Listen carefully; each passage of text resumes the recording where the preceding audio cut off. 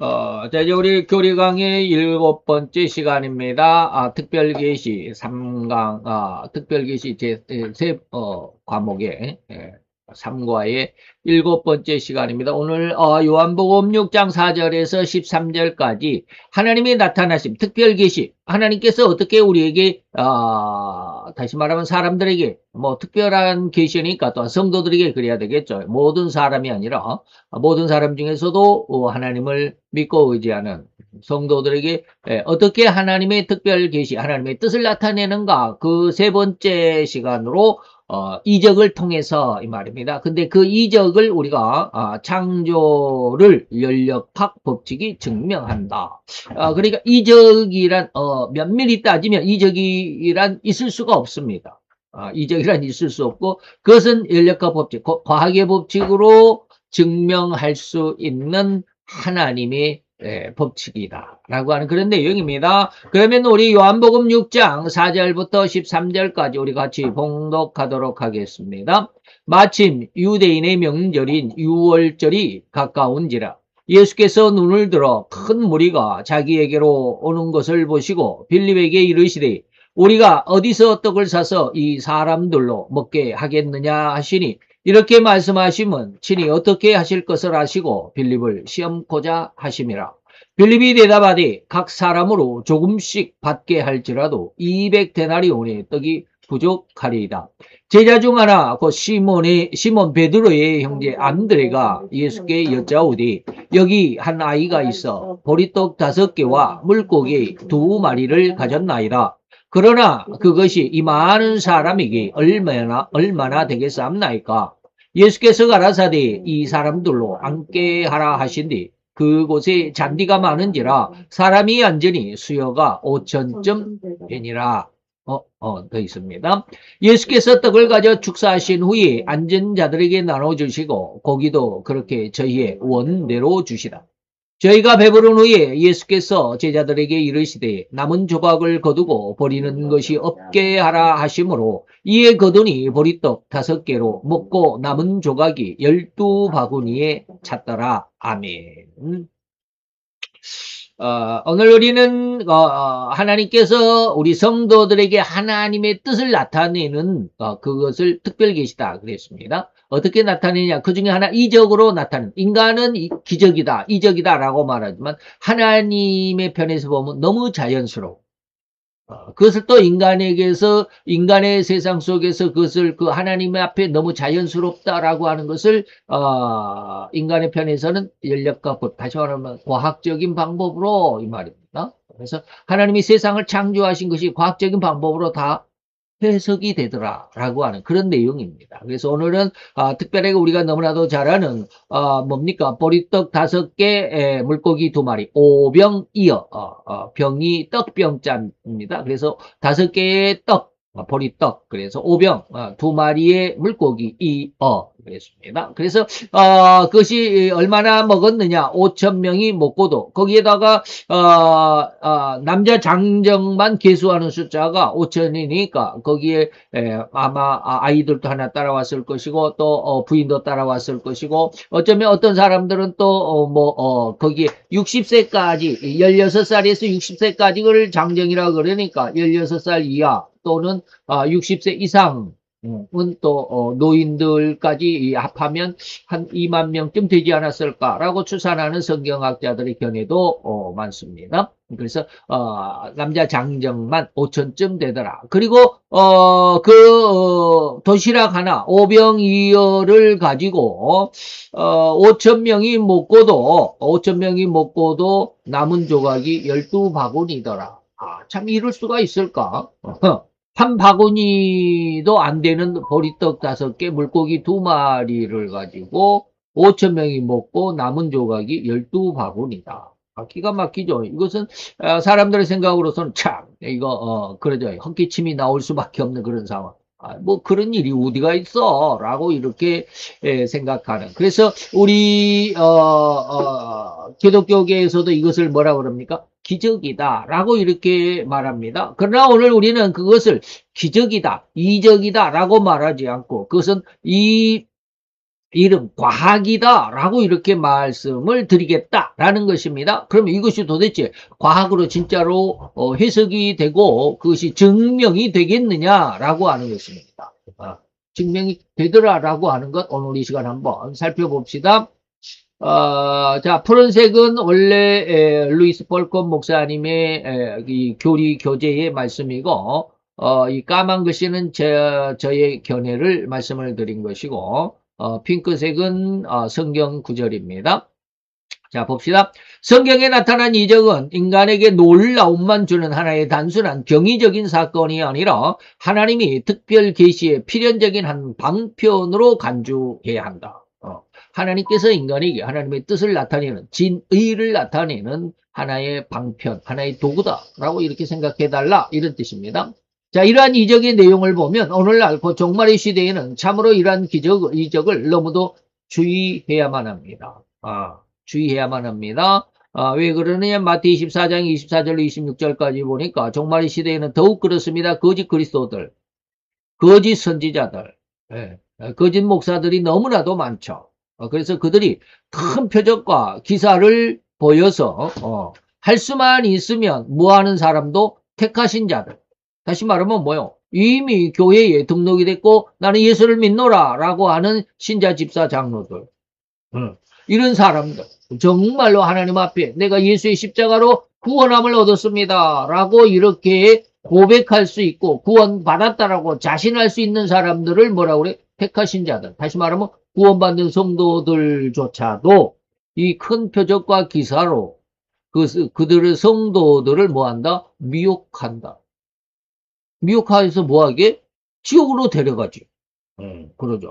그래서 이것을 잘 봐야 한다. 그래서 마지막 때 보라 그리스도가 광야에 있다 하여도 나가지 말라. 제발 좀 성경을 잘 붙들고 성경을 잘 읽고 잘 공부하고 잘 연구해서 성경의 말씀이 무엇인지를 정확하게 좀 분별할 수 있었으면 좋겠다. 여기야 예수 나타났다 그러니까 이리 가고 저기에 예수 나타났다 저리 가고 그러면 곤란하다. 그리고 보라 골방이 있다 하여도 믿지 말아라. 무슨 이야기인지 아시겠죠? 그래서 가장 주의할 이 마지막 종말의 시대에 가장 주의할 사항 이런 기적과 능력의 나타남을 경계해야 한다라고 예수님이 뭐한다? 주의 경각심을 주셨다. 마귀도 예수님을 유혹하고자 할 때 기적을 보여달라고 한 부분을 여러분들 기억하십니까? 그 두 번째의 유혹에서였습니다. 높은 성전 꼭대기에서 뛰어내려라. 그러면 하나님이 천사들을 보내가지고 그 천사들이 너의 발을 붙들어서 땅으로 그냥 거꾸로 처박히지 않고 오늘 방금 제가 방금 오전 예배 끝나고 오후 예배 시작하기 전에 유튜브 짤 영상이라고 그러죠. 짤 영상이 아니죠. 어제 뉴스에 나왔던 거예요. 어제 뉴스에 짤막하게 뉴스를 하나를 봤는데 중국에서 일어난 일입니다. 168m랍니다. 이 번지 점프 아시죠? 여러분들 번지 점프. 그런데 중국에서 그 이름을 번지 점프라고 안 하고 절벽 근해라고 한 그런 이름을 붙였더라고요. 절벽 근해. 그 번지 점프처럼 번지 점프도 되고 이거 있죠? 이쪽에서 저쪽까지 쇠 줄을 묶어가 그걸 그냥 쫙 그 스케이트 타는 것처럼 가는 거 있잖아요. 그걸 뭐라고 그러나? 그거 있습니다. 쫙 타고 이렇게 가는 거. 그런 거였나? 그래서 절벽 근해라고 그랬나? 그런데 여기서 떨어지고 뛰어내리기 전에 그 안전요원들이 여기에 그 뭡니까? 이게 멜빵 그리고 안전벨트하고 그냥 그것을 철저하게 완벽하게 거기에 꽉 묶여 있는지 이것을 완전히 점검하고 거기다 이제 뛰어내리도록 하잖아요. 그런데 어제 그 중국의 뉴스는 뛰어내리려고 지금 이 아가씨인데 20대 아가씨인데 이 아가씨가 이제 차례가 돼가지고 이렇게 이제 뛰어내리려고 하는데 줄이 점점 이제 앞으로 나가는 거예요. 이렇게 평지에서 준비대에서 이제 발을 띄면 이제 쭉 나가잖아요. 근데 거기서 나가고 있는 중간에 이 아가씨가 안 묶였어. 이 안전벨트가 안 묶였어 막 그러는데도 이 안전요원이 그 옆에 있으면서도 그냥 위로 그래갖고, 거기에서 뭡니까, 대에서 발을 띄자마자 그냥 추락해가지고 168m나 되는 그 높은 곳에서 추락해서 사망했다라고 하는 그런 뉴스가 뉴스입니다. 짤 영상이에요. 그러더라고요. 그 168m 그냥 떨어져서 죽잖아요. 완전히 그냥 즉사합니다. 오늘 예수님에게 마귀가 지금 그러는 거예요. 마귀가 제가 요즘 그 정말 전쟁에서 지금 쓰고 있다 그러잖아요.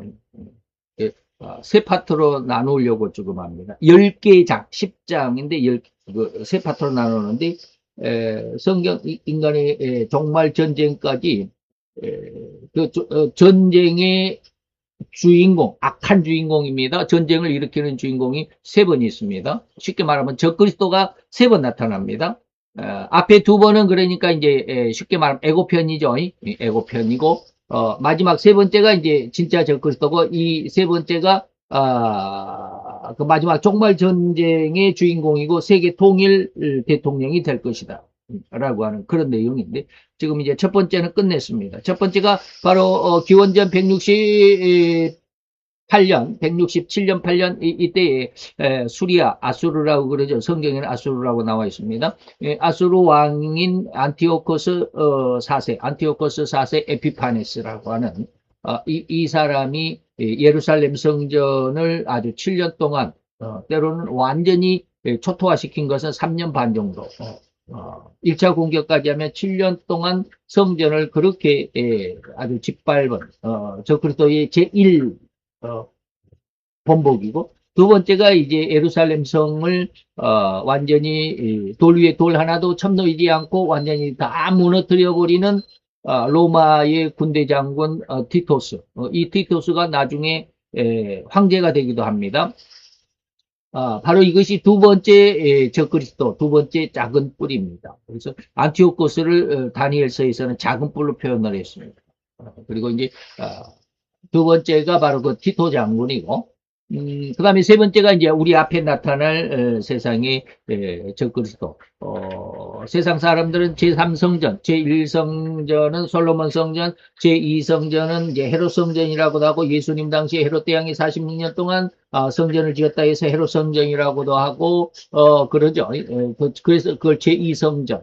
그 제2성전이 무너지고 지금 그 자리에 마호메트의 그 돔 사원이 지금 건립되어 있다라고 말하고 지금 이스라엘 유대인들은 그 돔 사원을 무너뜨리고 거기에다가 제3성전을 세우면 그것이 바로 마지막 종말의 하나님의 뜻이다라고 이렇게 하고 지금 성전을 지을 모든 준비를 했다고 그러잖아요. 7가지의 뭐 그 등대 메노라라고 하는 거 그게 이제 황금 300돈인가?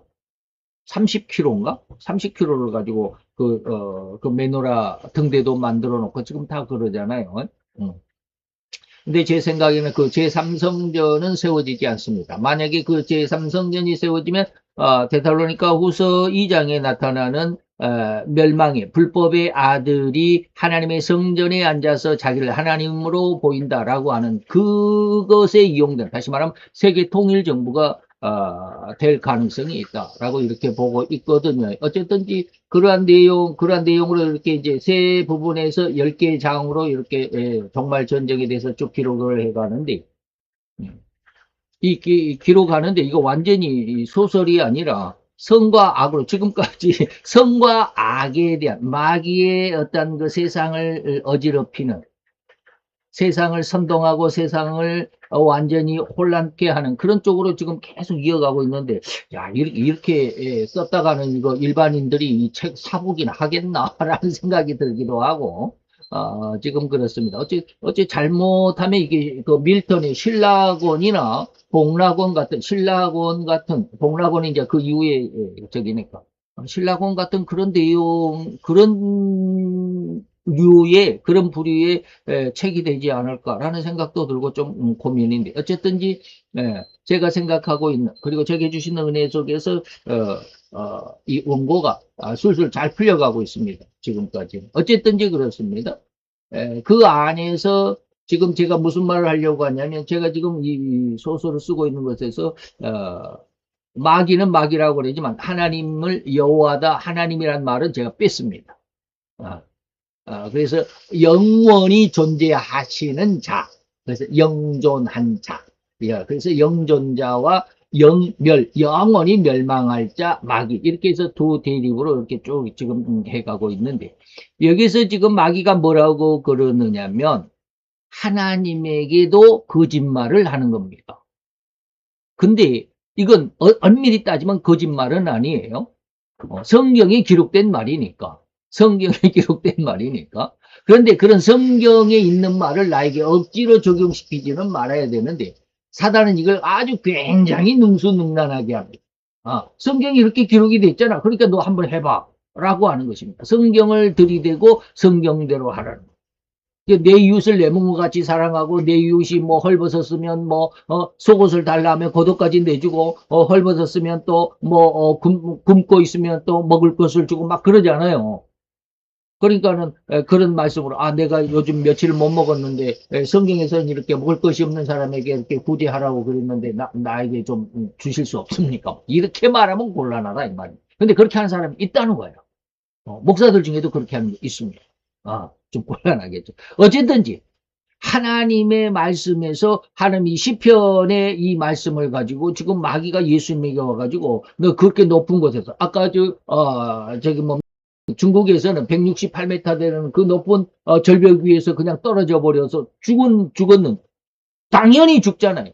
근데 지금 마귀는 뭐라고 그러냐면 네가 거기서 그렇게 뛰어내려서 떨어진다 할지라도 하나님이 너를 진짜 네가 하나님의 아들이고 네가 정말로 하나님을 잘 믿는 믿음의 아들이라고 한다면, 믿음의 성도라고 한다면 하나님이 너를 그냥 떨어져서 그냥 추락해서 죽도록 하겠냐? 하나님이 천사를 보내서 네 발을 이렇게 탁 붙들어 가지고 산토시 이렇게 내려앉도록 기적을 일으키는 능력을 나타내는 그러한 일을 하나님이 너에게 주실 것이 아니야. 이게 두 번째 마귀가 예수님에게 내걸었던 유혹입니다. 이러한 일이 앞으로 우리들에게도 계속 있습니다. 너 하나님의 아들이잖아. 너 하나님의 딸이야. 너 예수를 믿는 자잖아. 라고 하면서 이런 일들. 그래서 그런 내용들이 소설 속에 들어갈지는 모르지만 어쨌든지 그렇습니다. 오늘 마귀가 하나님 앞에 나오는 이 거짓말을 하는 것, 거짓말. 성경을 가지고 왜곡시킨다. 거짓말이라기보다는 왜곡시킨다. 라고 이렇게 말합니다. 엉뚱하게 꼬아놓는다. 이 말입니다. 그래서 천사들이 하나님의 천사들이 너의 발을 붙들어 가지고 돌에 부딪히지 않게 이 추락해서 죽지 않게 할 거야. 이러한 기적을 한번 보여달라라고 하는 것이죠. 그러나 주님은 그런 기적으로는 인간을 구원하는 일에 전적인 도구가 되지 못한다는 것을 알고 계셨습니다.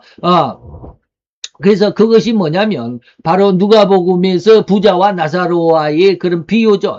부자의 집 앞에서 나사로라고 하는 거지가 헌대를 앓으며, 이 헌대를 앓는다라고 하는 것은 바로 문둥병에 걸려가지고 막 보름이 질질 막 흘러나오는 이러한 모습을 헌대를 앓으며라고 이렇게 표현을 했다라고 이렇게 해석들을 하거든요. 그런데 그렇게 고생하면서 병을 앓으면서 고통하면서 먹을 것도 제대로 못 먹는 나사로는 죽어가지고 천국이 아브라함의 품에 있고, 그렇게 세상에서 아주 그냥 호요시가고 자주색 옷을, 자주색 옷이라고 하는 건 자주색은 왕의 색깔입니다. 그러니까 자기는 진짜 왕은 아니지만, 왕의 권세를 가진, 권력을 가진 왕은 아니지만, 진짜 왕처럼 살아가는 그런 부유함, 그런 풍족함, 그런 여유 있는, 이런 사람을 빗대서 이제 부자의 모습인데, 그 부자는 죽어서 지옥에 갔죠.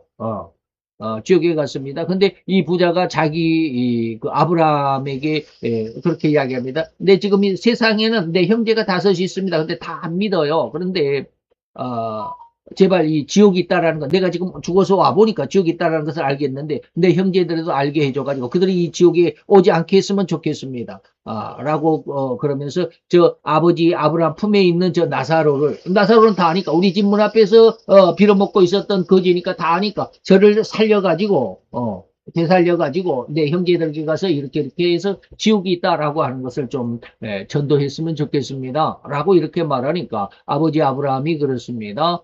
그거 필요 없어. 죽은 자가 살아나는 그런 어마어마한 기적일지라도 그런 기적을 보고 믿음을 갖는 게 아니야 라고 말하는 게 예수님의 뜻입니다. 자, 만일 죽은 자 가운데서 다시 말하면 뭐라고 그러느냐면 내 아버지 집에 뭡니까 어디까지야, 내 형제 5이 있는데 여기에서 이제 나사로를 살려서 보내라는 말이 이 앞절에 있겠네요. 근데 그 앞절을 제가 제시를 안 했네요. 그래서 내 형제 자손인데 저에게 증거하게 해주세요. 나사로를 살려서 보내주세요. 그래서 이 고통받는 것, 이 지옥에 오지 않게 해주세요. 그랬더니 아브라함이 가로되 모세와 선지자들이 저들에게 있으니, 다시 말하면 오늘날 교회도 있고 목회자들, 목사들도 있고, 그러니까 교회에 가서 목사들에게 천국에 대한, 지옥에 대한 설교를 듣고 성경에 대한, 그리고 하나님의 진의를 정확하게 설교 듣고 깨달으면서 그 말씀의 은혜를 받고 그 말씀이 그 생명이 변화를 받으면 그것이 천국이 되는 거야 라고 말하는 겁니다. 모세와 선지라는 게 바로 그런 뜻입니다. 모세는 율법, 사실 성경을 의미합니다. 선지자들은 오늘날 목회자들을 의미합니다. 설교자들을 의미하죠. 그러니까 성경과 목회자들이 있으니까 그들에게 설교를 듣고 교회를 잘 나가고 신앙생활 잘하면 돼. 그랬더니 아브라함이 저기 뭡니까, 부자가 그랬습니다. 아니, 그렇지 않아요. 아버지 아브라함이요, 만일 죽은 자에게서, 다시 말해 나사로를 살려서 저희에게 가는 자가 있으면 저들이 이 엄청난 이 큰 기적을 보고 회개할 것이 아닙니까? 라고 그럽니다. 그랬더니 다시 한번 말합니다. 아브라함이 모세와 선지자에게 듣지 않으면, 다시 말하면 성경 말씀을, 그리고 교회 나가서 정통적인 목사의 설교를 듣지 않으면, 그 설교의, 그 성경의 정통적인 해석에 의하지 아니하고서는 비록 죽은 자 가운데 살아나는 엄청난 기적이 일어난다 할지라도 구원함을 받지 않아, 회개하지 않아, 천국에 대한 은혜, 복음을 받아들이지 않을 거야 라고 말하는 겁니다. 그래서 기적이라는 것은 인간을 구원하는 일에 도움이 안 됩니다. 조금 보태면 됩니다. 그러나 전적으로 기적만을 가지고는 구원할 수 없다, 이런 뜻입니다. 물론 이러한 의도는 사도 바울에게서도 볼 수 있습니다. 고린도전서 1장 23절에 보니까 유대인은 표적을 구합니다. 기적을 구합니다. 이런 어마어마한 기적을 구하죠.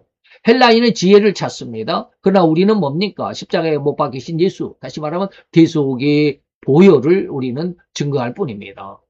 물론 예수님조차도, 사도 바울도 기적을 일으켜서 병든 자의 병을 고치기도 했습니다. 심지어 사도 바울은 설교하다가 이렇게 흐르는 땀을 닦는 그 손수건을 가지고 이렇게 휘두르면 그 손수건이 그림자만 비춰도 병이 나았다라고 할 정도였습니다. 그것은 사실이지만 그러한 기적일지라도 모세와 선지자에게 듣는 것, 다시 말하면 성경 말씀을 정확하고 제대로 전파하는 설교에 의하지 아니하면 결단코 구원의 진수를 얻기가 힘들다는 의미인 것입니다. 네. 그래서 예수께서 가라사대 요한복음 4장에 보니까 너희는 표적과 기사를 보지 못하면 도무지 믿지 않더라. 이 유대인들은 뭘 구합니까? 표적을 구하니까. 근데 그러면 이들은 이 표적을 보고 지금 그 믿음을 가졌다면 이 믿음이 진짜일까? 아니다 라는 것입니다. 예수님의 뜻, 그리고 지금 사도 바울의 의미는 뭡니까? 아니다. 비록 그 중에서도 그런 기적을 보고 구원의 메시지를 그 속에서 받아들이고 또 구원을 받은 사람이 있을 수는 있지만 전폭적으로 그렇지는 못하다, 이런 뜻입니다. 이렇게 예수님의 말씀 진리는 무엇이겠는가? 인간의 심성은 힘들고 어렵고 귀찮을 것 같은 것들에는 거의 집중하지 않습니다.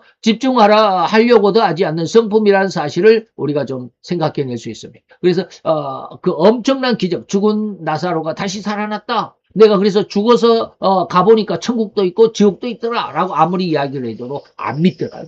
네, 집중하지가 않더라. 집중하려고도 않더라. 그 성경 공부를 하는 일에는 거의 관심도 재미도 없어 할 뿐입니다. 그래서 제가 아까 그런 이야기를 잠깐 해드렸잖아요. 제가 지금 소설을 쓰는데 이거를 과연 사람들이 이 소설이라고 사기나 할까, 보기나 할까 그러더니 그저 눈앞에 펼쳐지는 신기하고 능력이 나타나고 기적 같은 것 말이죠. 서커스 같은 거 아주 신기하잖아요. 요즘에 마술 같은 것 말이죠. 신기해. 손에서 그냥 갑자기 손바닥에 동전이 막 없어지고 막 그런 거 있잖아요. 이런 능력에 나타나고, 이로 인해서, 우와, 굉장한데, 이러한 등의 무한 감동과 무한 상황에, 이러한 상태를 더욱 좋아하는. 그러니까 요즘에, 생각을 안 한다고 그러잖아요. 생각을 안 한다. 근데 앞으로, 아침에도 그랬지만, 요즘에는 AI 시대에서는 이제 조금 출발해서 AGI 시대로 간다. AI 시대에서는 뭔가 생각할 수 있는, 그래서 이제 우리 딸내미도 딸을 하나 낳아가지고는 절대로 텔레비전은 안 보여주고 절대로 지금은 핸드폰도 안 보여주고 내가 핸드폰에서 손녀의 그 사진을 가지고 요즘에 AI로 보면 이렇게 움직이는 동영상을 만들거든요. 그 동영상을 만들어 가지고 그 손녀에게 너 이거 너 모습이야 이렇게 보여주려고 그러니까 우리 딸내미가 지네 딸내미 눈을 가리면서 절대로 보여주면 안 된다고 막 그러던데. 잘 생각할 수 있어야 돼.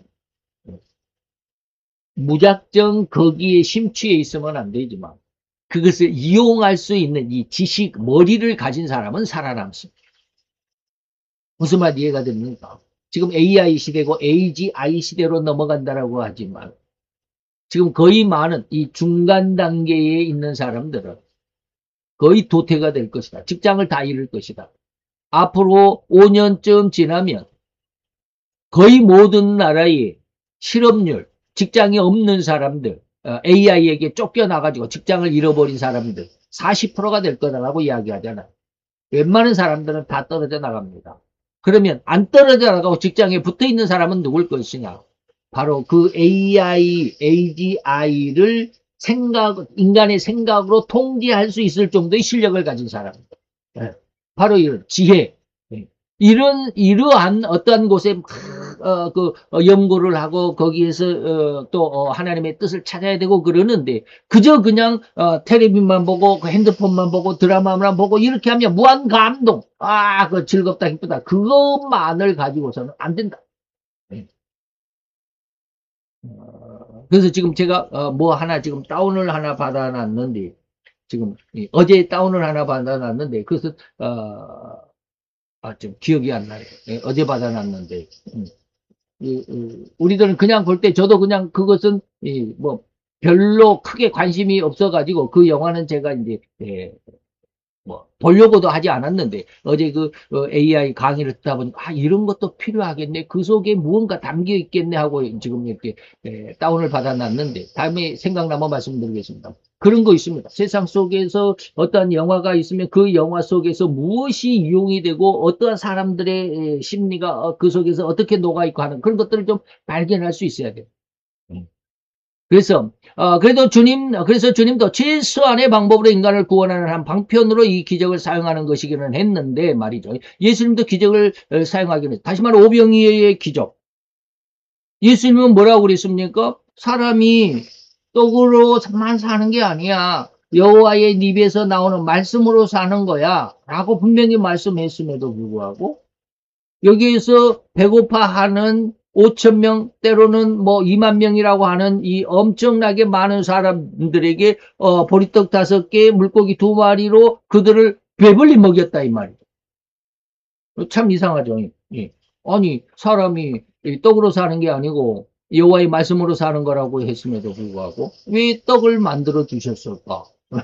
예수님도 이랬다 저랬다 하나? 그게 아니에요.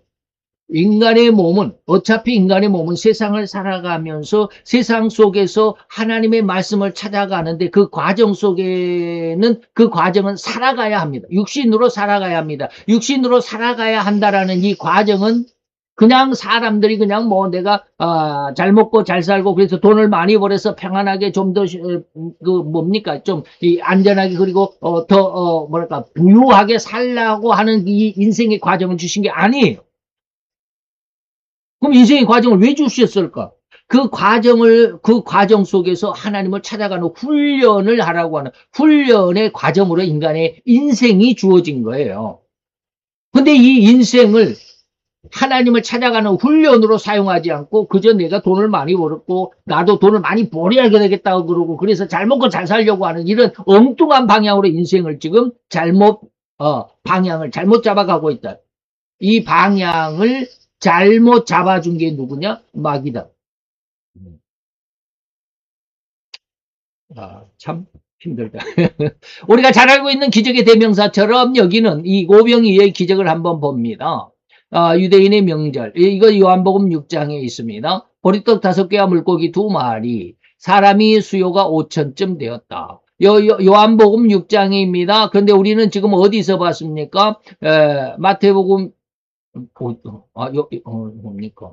요한복음에서 봤네. 마태복음은 지금 마귀의 저기를 봤죠. 자, 요한복음 6장에서는 예수님께서 먹여 살리시는, 다시 말하면 육신의 생명을 보존하는 그런 은혜입니다. 그러면 앞장 5장은 뭐가 있었을까요? 베데스다 연못가에서 인간의 그 38년 된 중풍병자가 고침을 받았습니다. 다시 말해서 멸망의 병에서 구원함을 받아서 새 생명을 얻었으면, 새 생명을 얻었다면 무엇을 가장 먼저 하면 육신의 삶은 일단 먹어야 됩니다. 그래서 6장에 먹는 것이 나옵니다. 오병이어의 기적 먹어야 된다. 그러면 7장에 넘어가서 뭡니까? 우리가 밥을 먹었으면 다음으로 하는 순서가 뭡니까? 물을 마시잖아요. 다음 밥 먹고 나서 물을 한 컵 딱 마시면 식사가 끝납니다. 그래서 요한복음 7장에는 생수가 나옵니다. 너희가 나를 믿으면 배에서 생수의 강이 넘쳐나게 그렇게 나옵니다. 그런 여러 내용들입니다. 그래서 이러한 다시 말하면 예수님께서 요한복음 6장에 왜 굳이 보리떡 5개와 물고기 2마리로 5,000명을 먹이고 남은 조각이 12바구니에 남도록 하셨을까? 이건 무슨 의미일까? 왜 예수님은 기적을 통해서 구원을 얻게 하는 방법은 아니라고 하셨으면서, 다시 말하면 아까 나사로와 부자와 나사로의 관계 속에서 기적을 통해서는 구원을 얻는 그런 방법이 아니라고 하시면서 오병이어의 기적을 왜 이렇게 주셨을까? 아까 지금 계속 제가 이런 말씀을 드리잖아요. 이런 인간의 연약함에 대한 하나님의 긍휼하심을 나타내는 것이다. 권 요한복음 4장에서도 기적이나 능력의 나타남이 아니고서는 거의 믿으려고 하지 않는 인간의 나약함을 아셨습니다. 헬라인은 기적을 구하더라. 주님은 그러한 나약함에 긍휼을 베푸신 것입니다. 이것을 이해할 수 있어요. 그렇게 민족의 대명절인 6월절이 다가오고 있을지라도 명절을 준비할 힘조차 없는 그 가난한 사람들, 빈곤하고 굶주림에 지쳐있는, 무엇이 그들에게 가장 중요할까? 우선 먹는 거잖아요. 그들에게 진리를 가르쳐줘도 잘 몰라요. 명절보다 우선 그는 자기 배고픔을 채워야 한다는 강력한 의지와 의도의 순간이 아니었겠는가. 그 인간의 나약함에 예수님이 조금 안쓰러움을 더하여서 긍휼을 베풀어 주신 것입니다. 그래서 어린아이의 작은 도시락 하나로 5,000명, 그것도 장정의 숫자만, 그래서 17세부터 60세까지. 그래서 남은 사람들, 아까 말씀을 드렸습니다. 여자와 아이들, 노인들까지만 한 2만 명쯤으로 추정해 볼 수도 있다. 이러한 기적의 나타남으로 인해서 도무지 믿음의 줄기를 잡지 못하는 나약한 인간들의 심성에 믿음을 찾아갈 수 있는 아주 작은 실마리를 풀어주려는 의도였다. 거두는 아이에게 달달한 사탕이 울음을 멈출 수 있는 것처럼 아직은 믿음이 낮은 백성들에게 그 믿음에 걸맞은 상태로 은혜를 나누어 주었다는 의미를 우리가 여기서 찾아볼 수 있다. 자, 그러면 하나님은 하나님의 진의를 인간에게 깨우치고자 하실 때, 깨닫게 해주시고자 하실 때 기적이나 이정을 사용하는 의도는 무엇일까? 우리는 여기에 분명한 그 의도, 하나님의 의도, 목적이 뭐냐? 창조이신 하나님, 온 세상 온 인류를 주관하시는 대주제이신 하나님을 알게 하는 것이 뭐다? 이 성경의 기록의 제1목적이다. 이것을 명백하게 드러내시고자 하시는 의도다. 그래서 우리 이 장로교의 교리문답 제1번의 답입니다. 인간의 제1목적이 뭐냐? 인간이 제1목적이 뭐냐? 하나님을 알고 하나님을 영원히 즐거워하는 것이다. 곧 기적이나 이적 혹은 능력의 나타내문, 그것을 나타내 주시는 것은 인간의 능력으로는 도무지 불가능한 그 어떠한 사건, 이런 기적 저런 기적, 이런 것들을 하나님의 편에서는 너무나도 쉽게 당연시 하는 것으로 나타낼 수 있다. 곧 앞에서 제시한 오병이어의 기적과도 같은 상황도 이 설명에 한번 대비해 보겠습니다. 하나님은 너무나도 당연스럽습니다. 오병이어가 기적이 아니라 너무 당연한 것이다. 그러면 인간은 도저히 이 물고기 2마리, 보리떡 5개로 한 아이의 도시락에 불과했을 뿐인데 그 옆에서 조금 나눠달라고 해서 조금 나누어서 먹을 수는 있겠지만, 조금 부시래기는 먹을 수 있겠지만 장정만 5,000명이 배불리 먹고도 남아서 12바구니에 채웠다라는 것은 절대로 이것은 창조의 능력이다. 과학적인 방법이다. 우리는 이미 창조과학계 지난번 우리가 17장 아닙니다. 일반 계시를 배울 때 여러분들에게 김영현 박사 창조과학계 김영현 박사님의 열쇠 강의를 아주 잘 말씀을 드렸습니다. 그 중에서 연력학 법칙이라는 것을 그 강의를 해드렸습니다. 아주 그 2시간짜리를 제가 한 40분, 50분에, 이렇게 짤막하게 절반으로 뚝 잘라가지고, 요점만 여러분들에게 말씀을 드렸습니다. 이것을 잊어버려서는 안 됩니다. 과학자들 중에서 이 연력학 법칙을 거절한다거나 거부한다거나 모른다거나 하는 과학자는 없습니다. 과학의 첫걸음이 연력학 법칙입니다. 그래서 과학자라고 한다면, 과학을 한다라고 한다면, 이 연력학 법칙은 철저하게 잘 알고 있습니다. 그래서 이 연력학 과학자들에게서 과학의 근간이라고도 할 수 있는 것인데, 이 연력학 법칙의 수식이 뭐냐? 이 연력학 법칙의 기본 공식이 뭐냐? E는 mc 제곱이다. 그래서 E는 에너지입니다. M은 질량입니다. 그리고 C는 빛의 속도입니다. 다시 말하면 빛은 1초에 30만 킬로를 갑니다. 30만 미터가 아니라 30만 킬로미터. 그러니까 1초에 이 빛은 지구의 둘레가 4만 킬로라고 그럽니다. 4만 킬로. 지구의 맨 바깥에서 다시 말하면 대한민국 수원에서 딱 점을 찍고 여기서부터 지구를 정확하게 가장 가운데로 이렇게 쭉 한번 삥 돌아서 오는데 거리가 얼마냐? 4만 킬로. 그러면 30만 킬로니까 얼마겠습니까? 지구가 4만이니까 4, 7은 28 하고 2만이 남죠? 4, 5, 20. 그러니까 7.5, 7바퀴 반이다 이 말입니다. 그래서 여러분들 많이 들어보셨죠? 빛의 속도는 1초에 지구를 7바퀴 반을 돈다. 이것이 바로 이런 뜻입니다. 그래서 1초에 30만 킬로를 가니까 이 빛은 1초에 똑딱 하는 순간 지구를 7바퀴 반을 돌아간다. 이것이 바로 C입니다. 근데 그 C에다가 뭐 한다? 제곱을 하더라. 제곱. 그럼 3, 3은 9하고 동그라미가 여기서는 5개인데 제곱이니까 10개가 되는 겁니다. 10개가 됩니다. 얼마인지 모르겠습니다. 제가 10개가 얼마인지 모르겠네요. 곧 한마디로 이 수식을 읽어보면 에너지가 있고요.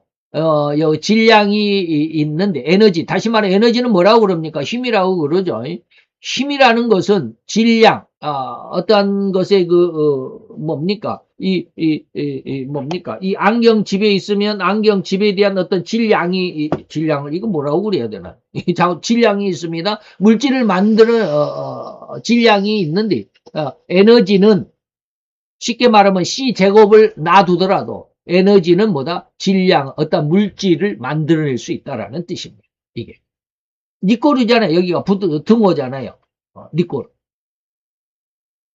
다시 말하면, 한 가지 예를 들어 봅시다. 제가 지금 이거를 한 2개월 전에 지금 써놨다고 그랬잖아요. 이 원고를. 그때 당시에 며칠 전에 우리나라의 한 작은 벤처기업에서 세계적인 기업인 메타, 오전에도 잠깐 말씀을 드렸습니다. 예전에는 페이스북이라고 그랬는데 이름을 메타라고 고쳤습니다. 거기에서 메타의 그 저커버그라고 하는 아주 젊은 사장이 우리나라의 벤처기업에서 무언가를 발견을 하고 지금 그것을 만들어내는데 그것을 1조 2천억 원을 줄 테니까 네 회사 나한테 팔아라. 그 기술을 나한테 팔아라 라고 했습니다. 그래서 당신 내가 개발한 이 메모리에 대한 전체의 지식을 우리에게 팔아라 라는 협의가 들어왔는데 우리나라에서 이 작은 기업은 이런 지하에 거절을 했답니다. 과연 이것이 무슨 의미인가? 예전에 컴퓨터는 개선을 아주 쉽게 했잖아요. 저는 이제 컴퓨터를 조금 배웠으니까 아는데, 이 컴퓨터의 계산 장치를 CPU라고 그럽니다. CPU. 그런데 요즘에는 CPU라고 안 하고 GPU라고 그럽니다. GPU는 그래픽이라는 뜻입니다. 다시 말하면, 우리는 지금, 원고를 읽을 때 한자 읽잖아요. 한자 읽습니다. 근데 속도가 아는 사람은 어떻게 읽는다고 그래요? 한 페이지를 그냥 사진으로 딱 찍는다고 그래요. 우리는 한자 읽는데 속독을 하는 사람은 그냥 사진으로 딱 찍습니다. 그러면 이 한 페이지 전체가 그냥 한꺼번에 딱 들어오잖아요. 우리는 한자 읽을 때 그래픽은 한 페이지를 읽는 겁니다. 그래서 이제 한자를 읽는 것이 CPU라고 한다면 한 페이지를 읽는 게 GPU, 그래픽입니다. 그래서 이 GPU를 읽어내는데 우리 인간에게도 요즘에 저는 이제 그것을 한번 생각해보면 어쨌든지 이 GPU를 읽어낼 때 다시 말 컴퓨터가 제 지금 컴퓨터도 굉장히 성능이 좋은 컴퓨터로 제가 바꿨는데 이 컴퓨터에 굉장히 열이 많이 납니다. 성능이 좋을수록 열이 많이 납니다. 그래서 엄청난 전기를 필요로 하고 이 전기료를 혁신적으로 줄이는 칩의 연산장치를 개발했는데 그게 NPU라고 하는 기능입니다. GPU가 아니라 NPU. GPU는 엄청나게 전기를 많이 먹고 열도 많이 나는데 NPU라는 이 칩을 발견했던 우리나라의 작은 벤처기업이 이 전기를 아주 적게 먹는 아주 적게 먹는 그런 칩을 발견했다고 그럽니다. 그래서 곧 쉽게 말하면 이제 비유를 해드리겠습니다. 강을 건너려고 하는데 CPU는 외주를 하나 걸어놓고 건너가는 것 같은 그런 것으로 비유를 해보겠습니다. 강을 건너가는데 CPU는 외주를 타고 건너갑니다. 그러면 GPU는 그 외줄에다가 케이블카를 매달아서 건너가는 것과 같이 그렇게 쉽습니다. 그런데 NPU는 이제 뭡니까? 케이블카도 아니고 이제는 아예 그냥 헬리콥터를 타고 건너간다면 얼마나 쉽고 얼마나 빨리 얼마나 많이 건너가겠냐 이 말입니다. 바로 이런 엄청난 차이가 있습니다. 이 비유의 의도를 밝혀드리겠습니다. 곧 인간은 지혜가 있습니다. 능력이 있습니다. 그래서 지혜가 있고 능력이 있는 사람은 뭔가를 만들어냅니다. 그죠? 지혜가 없는 사람은 만들어낼 수가 없습니다. 그래서 저도 이렇게 가끔 가다가 인터넷에 동영상을 보는데 어떤 그 목수들 집을 많이 지어놓은 사람들의 동영상을 보면 아주 뚝딱뚝딱 뭐 설계도도 안 보고 집을 잘 지어 가잖아요. 근데 저 같은 사람에게 집을 지으라고 그러면 설계도 없이는 못 짓습니다. 앞뒤 아구가 안 맞습니다. 아귀가 딱 안 맞습니다. 그러니까 집을 제대로 예쁘게 만들 수는 없습니다. 이것이 뭐냐면 지혜가 있고 능력이 있다라는 것입니다. 그런데 이 지혜와 능력이 있으면 물질, 그 제품이 만들어진다라는 의미입니다. 이것이 바로 연력학 법칙입니다. 에너지, 힘이 있으면 물질이 되더라 이 말입니다. C제곱은 놔두고서라도. 그런데 이 연력학 법칙의 근간을 두고 하나님, 그 전지전능하신 하나님, 삼위일체 하나님에게 한번 돌아가 보겠습니다. 하나님의 능력은 전능하시다라는 것입니다. 아까 능력, 지혜가 있으면 물질이 곧 만들어지, 제품이 만들어지. 그런데 하나님의 지혜와 능력은 있습니다. 전지전능합니다. 그러면 전지전능한 하나님은 뭡니까? 못하시는 것이 그리고 모르는 것이 없는 그 하나님의 전지전능이 세상을 물질을 만들어내는 건 아주 쉽다. 이게 연력학 법칙입니다. 이걸 뭐라고 합니까? 이것을 M, 그 다음에 C, 제곱을 스퀘어라고 부른답니다. 그래서 MC 스퀘어라고 그럽니다. MC 스퀘어라는 말을 들어보신 분들이 많이 있을 겁니다. 저도 중학교 때 MC 스퀘어라는 그 말을 들어본 적이 있습니다. 자, 그렇다면 그러한 전지전능하시는 분이 아무것도 없는 텅 빈 세상에 이 온 은하계 그 안에 우리 인간이 살아가고 있는 이 우주 그 태양계를 만드시고 그 태양계 안에 주인으로 인간을 만드셨다는 것이 이해가 되는가? 바로 이것입니다. 이게 연력학 법칙입니다. 오병이어의 기적은 없는 무의 상태에서 유를 만드는 것이 아니고 있는 것, 오병이어 있는 것을 가지고 더 많이 만들어내는 것입니다. 그런데 하나님은 천지창조는 없는 것에서 만들어낸 겁니다. MC 스퀘어, 이 연력학 법칙이 바로 그겁니다. 힘이나 지혜나 능력이 있으면 무언가를 만들어낸다. 그건 당연한 것이다. 그게 과학이다. 그래서 있는 것을 가지고 더욱 발전되고 아니 다른 무엇인가를 또 그러니까 나무를 가지고 집을 만든다든지 의자를 만든다든지 나무를 가지고 또 뭐 이런 말을 해서 그런지 해도 될 총을 만드는 사람도 있고 말이죠. 그러지 않아요. 전혀 다른 것을 만들어내잖아요. 이를 우리는 제조라고 합니다. 즉 나무를 가지고 책상을 만든 의자를 만든다거나 심지어 인간이 살아가는 중심인 집을 만들기도 합니다. 지혜가 있고 능력이 있으니까 있는 것을 가지고 무언가를 만들어내는 이게 바로 인력학 법칙입니다. 그러면 더 능력이 있다면 뭐요? 없는 것에서도 있는 것으로 만들어낼 수 있다. 없는 상황에서 무엇인가를 만들어내는 것. 이것이 바로 지혜와 능력입니다. 이러한 창조 혹은 제조의 과정은 능력이 풍성하진 하나님께는 너무나도 당연해. 그러니까 오병이의 작은 이 한 아이의 점심 도시락이지만 있는 것을 가지고 더 많이 만들어내는 것, 없는 것에서 있는 것도 만들어내시는 그런 능력 있고 그런 지혜가 계신 하나님이신. 있는 것을 가지고 더 많이 만들어내는 거. 이건 너무 쉬운 거야. 그냥 하나님께는 너무 당연한 거야. 이것을 인간은 못하는 능력이 부족한 인간이 볼 때는 우와 기적이다라고 하지만 하나님 편에서는 너무 당연한 거야.